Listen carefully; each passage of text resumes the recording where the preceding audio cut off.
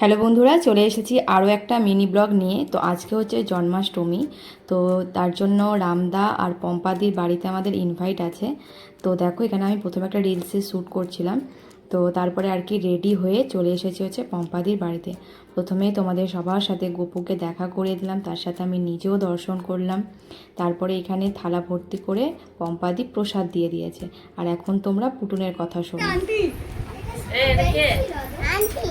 Aunty না কাকিমা, কাকিমা না আন্টি বল।